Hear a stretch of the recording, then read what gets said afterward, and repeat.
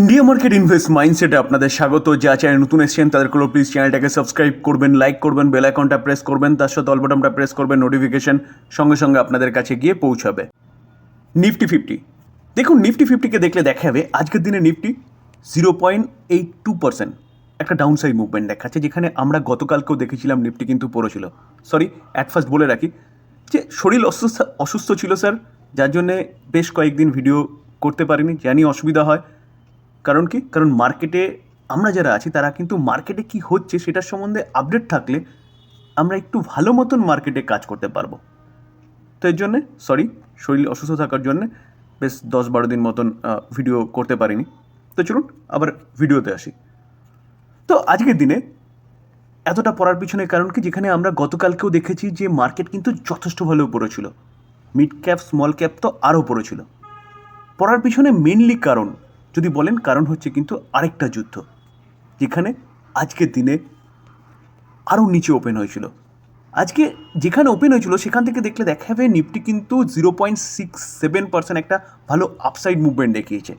তো কোথাকার যুদ্ধ, যেখানে গতকাল রাত্রে ঘটনাটা হয়েছিল বা যুদ্ধ শুরু হয়ে গেছে ইসরায়েল এবং ইরানের মধ্যে যুদ্ধ স্যার, যেখানে ইসরায়েল বলতে পারেন যে অনেক দিন ধরে কিন্তু এই ইরান বা ইরানের বিভিন্ন জঙ্গি গোষ্ঠীর সাথে লড়াই করে যাচ্ছে। হামাস বলুন, হিজবুল্লাহ বলুন, মিডল ইস্টে যতগুলো টেররিস্ট বা জঙ্গি গোষ্ঠী কাজ করে না, সেগুলো কিন্তু সবকটা তৈরি করে কে, ইরান, এবং পরিচালনা করে। তো এখন ইসরায়েল সরাসরি ইরানের ওপর অ্যাটাক করেছে। কোথায় চলুন সেটা আর একটু দেখি। দেখুন এই আর্টিকেল দেখলে দেখাবে অপারেশন রাইজিং লায়ন, যেখানে এই অপারেশন কিন্তু এখনও শেষ হয়নি। অ্যাটাক করেছে, কোথায় অ্যাটাক করেছে? তাদের মিলিটারি বেসে, নিউক্লিয়ার যেখানে তারা কাজ করছে, নিউক্লিয়ার বোম নিয়ে বলতে পারেন। কারণ কারণ আনঅফিসিয়ালি হলেও কিন্তু ইরান নিউক্লিয়ার বোম সম্পূর্ণ দেশ হতে চাইছে। তারা অবশ্যই যদি বোম ফোটায় তারপরে গিয়ে তারা জানাবে যে আমরা নিউক্লিয়ার বোম সম্পূর্ণ দেশ।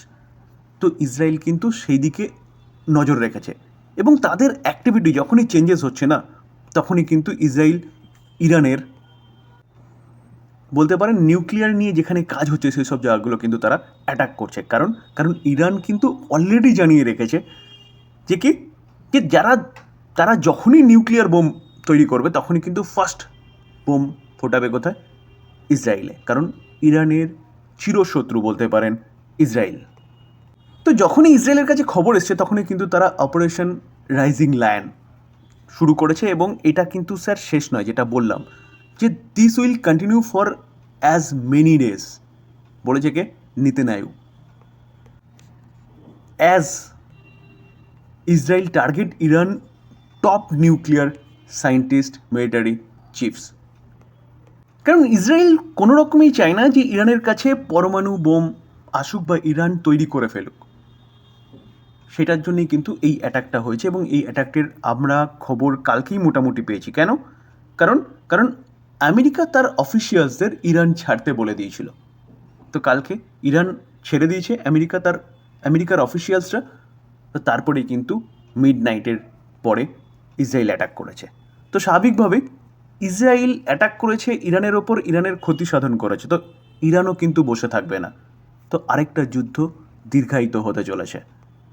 আর যখনই স্যার মিডল ইস্টের ব্যাপার আসে না, তখনই কিন্তু ক্রুড অয়েল বাড়তে থাকে।